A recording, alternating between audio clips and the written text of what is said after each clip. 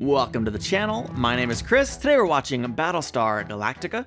We also watch Doctor Who, and every Saturday I post a movie reaction. This is Casual Nerd Reactions. This episode is called Dirty Hands.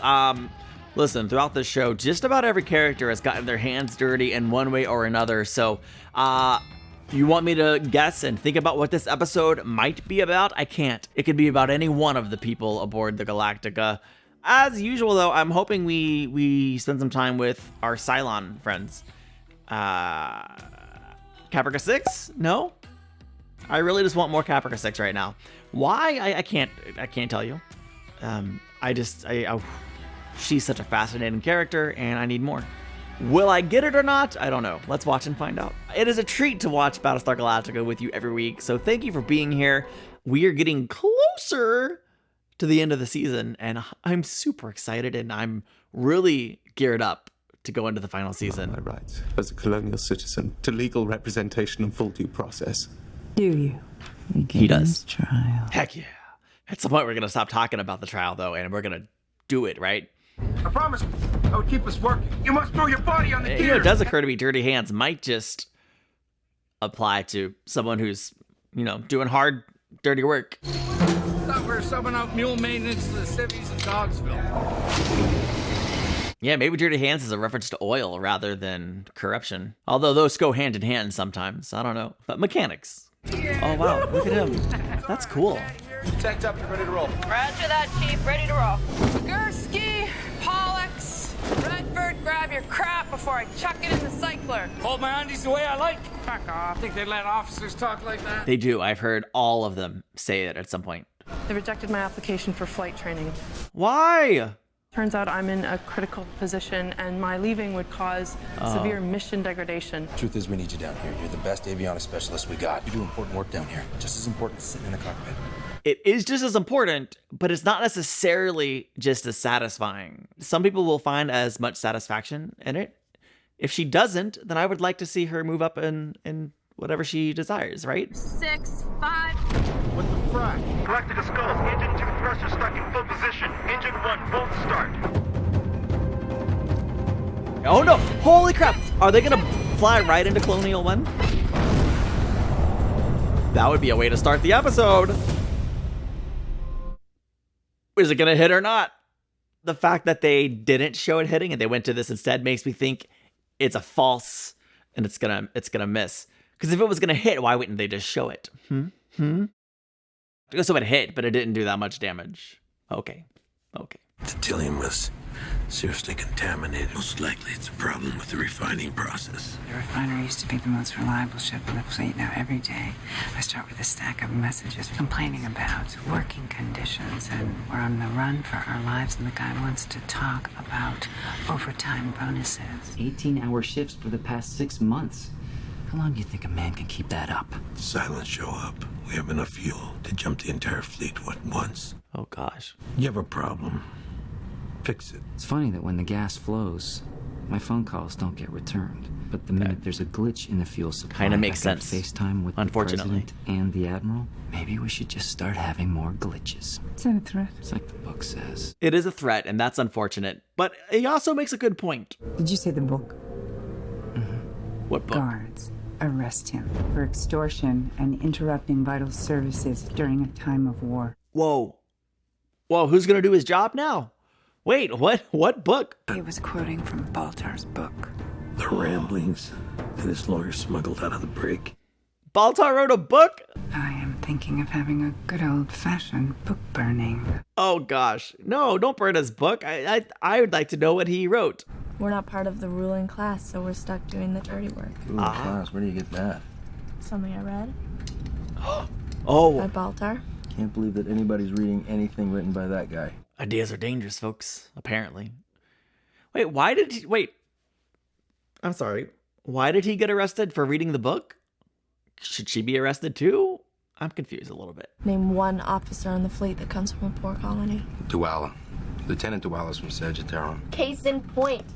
She married an officer from Caprica. He was in the union on New Caprica. He seemed like a good guy. What'd he do? He pissed off the president. That's pretty much what I saw. I need someone to go over there and get that fuel ship moving again. Well, New Caprica's gone, but all the people in the Union are still here. The only difference is now they don't have anyone to stand up for them. Interesting. Why don't you do yourself a favor? Hand over the pages and stop all this nonsense. The pages to your book. People are reading it. We've known that your lawyer was smuggling the pages out here for weeks, so we intercepted them, and I'm afraid I'm the only one who's read the book. Ooh, she's lying. Shock. Really, what were you thinking, though? Casting yourself as a man of the people, a son of a farmer. He's lying in his book. Shock. Hand over those pages or I'll have these guards search you. Gentlemen, proceed. Oh, yay! We have Head 6 to help search. Perhaps you consider writing a blurb for the back cover. Smooth. You're talking me up, telling everybody how the Union on New Caprica really stood up to the little guy. Yeah. How many jumps you think we got? We'll be lucky if we get out of the system. That's all the Tillium we have? I love the concept of this episode so far. I'll talk about it at the end, but like this is Battlestar Galactica. The last couple were like okay to good. This is hitting on all cylinders for me. Why? I don't know. We really need this downtime. I mean, look around. Look, I understand the risk, but I need to see it working, so... It ain't gonna work. Why is it not gonna work? The seals are missing. They all are. Without the pressure seals, the machinery won't run. Guess they got lost, huh? Guys, Milo? you can't frack around with this stuff. The Admiral won't stand for it. The Admiral can kiss my... Hey. Come on, Chief, you know what this is about. I guess when working conditions improve, they let Zeno out of jail, we'll be able to find those seals. This is a delicate balance, and it's really, really interesting. You know that this is sabotage. I'm inclined to have him locked up. The machinery does need overhauling. There's a reason that the quality control is failing. Most of the workers on that ship have not had a day off since the original attack on the colonies. That's crazy, yeah. Do they think they're having a picnic on the algae processing plant or munitions or waste processing? Extortion is not an acceptable method of protest. What are the names of the leaders? A lot of mixed feelings here. No, don't give her names. Just Cabot.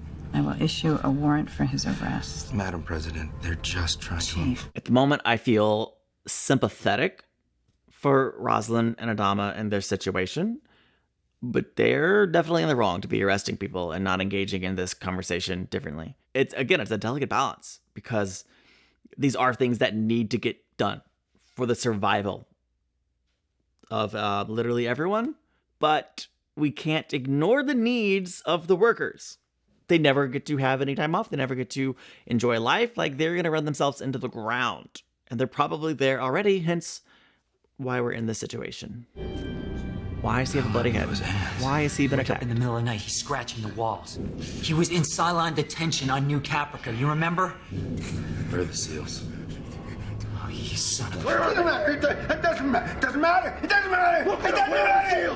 The air vents! All right? They're in the center stern. Air vents! Tell the president to release them. Wow. By the way, just because I said that Rosalind and Adama were in the wrong for arresting people, that doesn't mean that they're in the right for hiding these things. Cool. You know, I know they're trying to get leverage, but that's not the way to do it. So, like, everyone's in the wrong to some extent. Can I throw the switch? How old are you? 12. Only thing I haven't done is turn the whole thing on. It's all yours.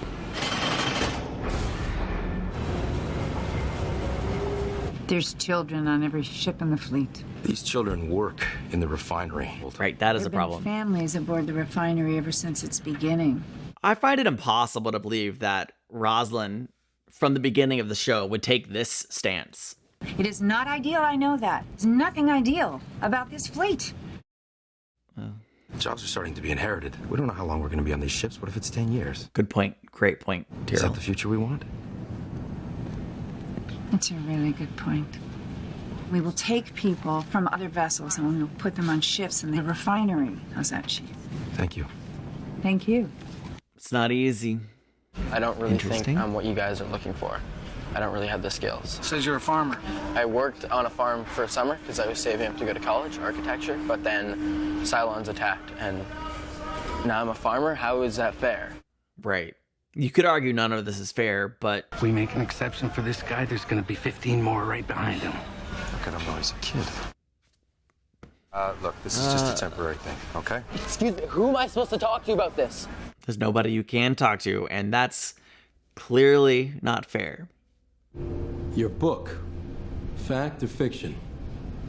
So you read it. Well, that proves that the president's an accomplished liar. I love that. But everything in my book happens to be true. Oh, well, see, I didn't know. I judged him earlier.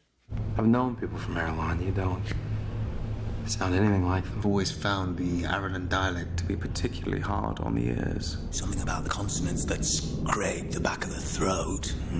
I spent hours on it and trying to overcome it. Do you have any idea how hard it is for a 10-year-old boy to change the way he speaks? That he might be considered as not coming from Ireland. Regardless of where he came from, he's brilliant.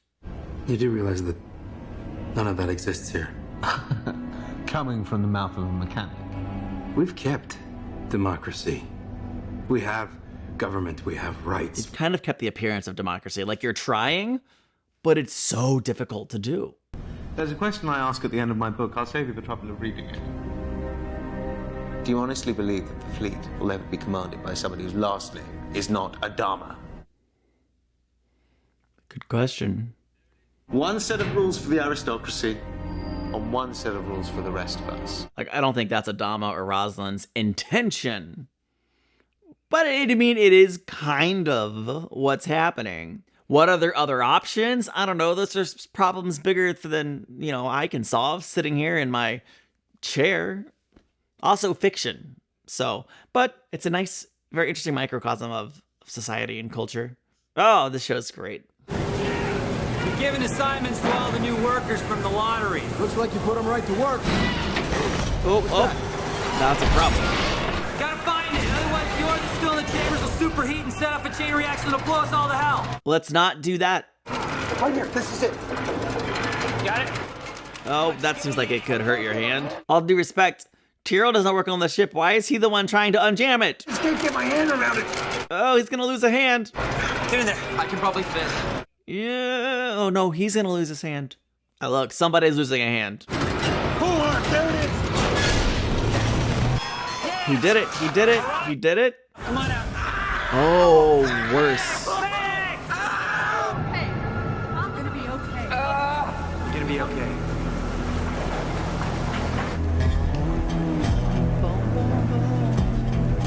This is a real nice musical track to go along with this scene. We're on strike. Let's go, Tyrell. I need my Viper. Sorry, Captain. Vital missions only. Cap's already up. We did our job. What do you mean, vital missions only? It's orders. Callie relayed the orders from Chief Tyrell. Yeah. We're on strike. Now let's see if Rosalind can resist arresting people. Nope, apparently not. I just find it hard to believe that Rosalind and Adama would really be putting Tyrell in jail. Well, from a military standpoint, I guess, but... Do you know what we do with mutineers? We shoot them, Chief. Not today. There's a difference between how a military fleet operates and how a civilian People are locked into their society jobs. They have operates. No control over their lives. They have no say. The problem is this is both. It doesn't work. This is mutiny. Arrest Kelly Turrell. Take her under armed guard.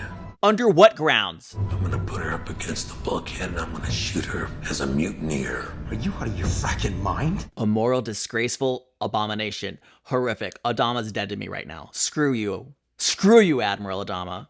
We have a son. Understand me. The very survival of this ship may depend on someone getting an order that they don't want to do. If they feel that orders are sometimes optional, then this ship will perish, and so will your son. And the entire human race. Fine. I'll call it off. Shooting a man's wife is not a bargaining chip. Call off the strike. Did they cave? Yeah. But apparently it is, and it's most effective. Release her. I mean, here's the reality. It's I thought frustrating. you had something that you wanted to discuss with the president. Good. Good. Okay, Adama can stay alive to me a little bit. Adama's right as far as like acknowledging the stakes of the situation. He's 100% right. this is more than just a military operation at this point. Capricorns are more likely to be professionals, Erlons are more likely to be farmers. It's just a fact of life. But I think we can level the playing field. Let some of the people on Colonial 1 get their hands dirty for a change. People that are in dangerous and high-stress jobs need to be rotated out for R&R. Focus on maintaining the workforce that we have, and this is going to have to be an area where the union gives ground. Acknowledging the union.